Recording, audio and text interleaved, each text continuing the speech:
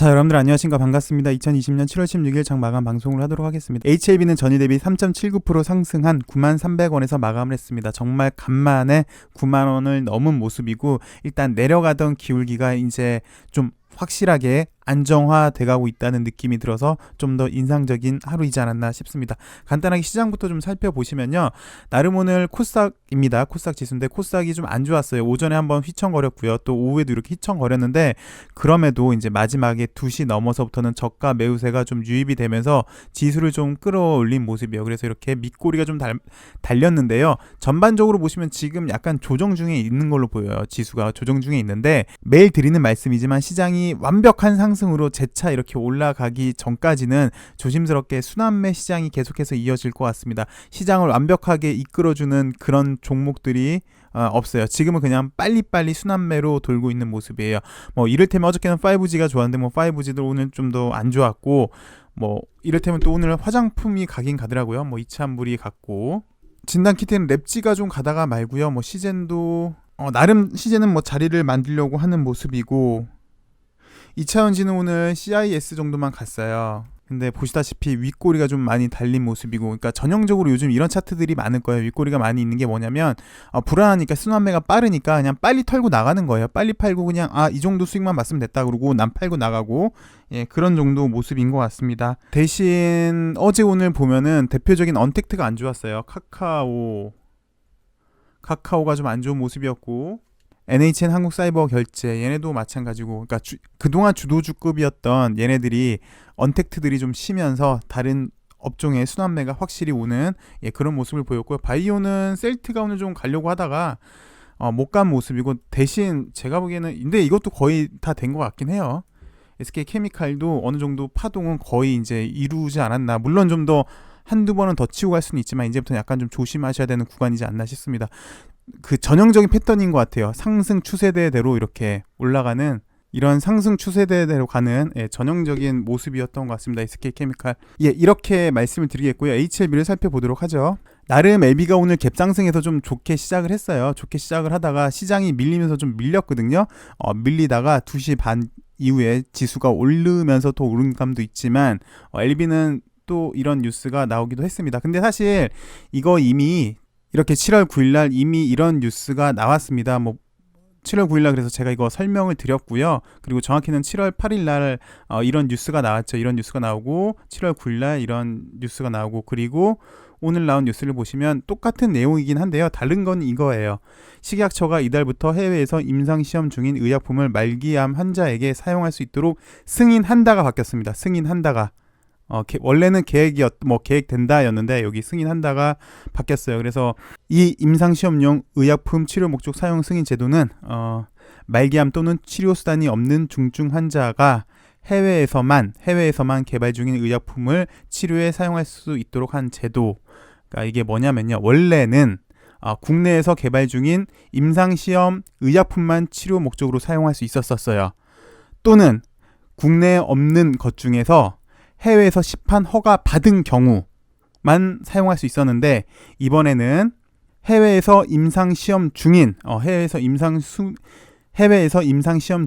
허가 받기 전의 신약도 사용할 수 있는 이런 제도입니다. 그래서 해외에서 임상 시험 중인 국내 신약 후보 물질도 대상이 될 수 있다. 그래서 국내 회사가 해외 임상을 진행 중인 약을 고려한 건 아니지만 국내 회사가 해외 임상을 진행 중인 것도 적용이 불가능하진 않다. 가능하다라는 것이랑 거의 같다고 보시면 될 것 같고요. 그래서 LB가 수혜 기업으로 꼽힌다고 합니다. 그래서 LB에 대해서 이렇게 설명을 해줬어요. 근데 여러분들이 이건 너무나 잘하시니까 제가 패스를 할게요. 그리고 오늘의 포인트는 이거인 것 같습니다.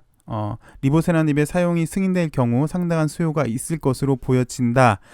그리고 사실 이 방송 들으신 분들도 이런 경우가 꽤 계세요. 그래서 여기 위암 말기의 경우 학교에서도 대학병원에서도 치료를 포기하는 경우도 있는데, 그래서 아름아름 중국에서 처방되고 있는 리보세라닙을 국내로 가져오고 싶어하는 환자들이 사실 꽤 계시죠. 이렇게 하셨던 분들도 꽤 계시고요.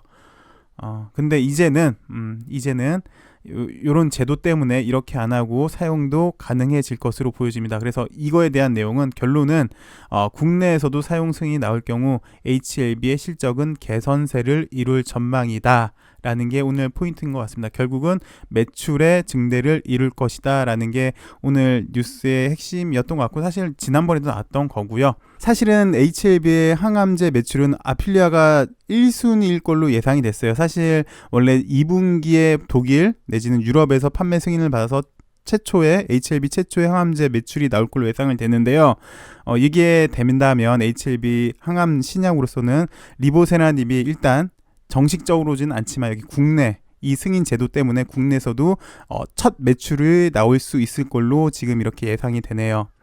그래서 다시 좀 차트를 보시면 뭐 좀 그렇지만 이렇게 내려가던 게 이제 어느 정도 좀 진정을 했죠. 물론 이제 쌍바닥을 만들고 갈지는 또 보긴 봐야 되겠지만, 일단 HLB의 목표는 올 연말 안에 일단 아필리아도 유럽에서 판매가 될 것이고요. 회사 발표에 의하면. 그리고 NDA 신청도 할 것이고요. 그리고 내년에는 미국에서 리보세라닙의 매출이 시작이 될 거고요.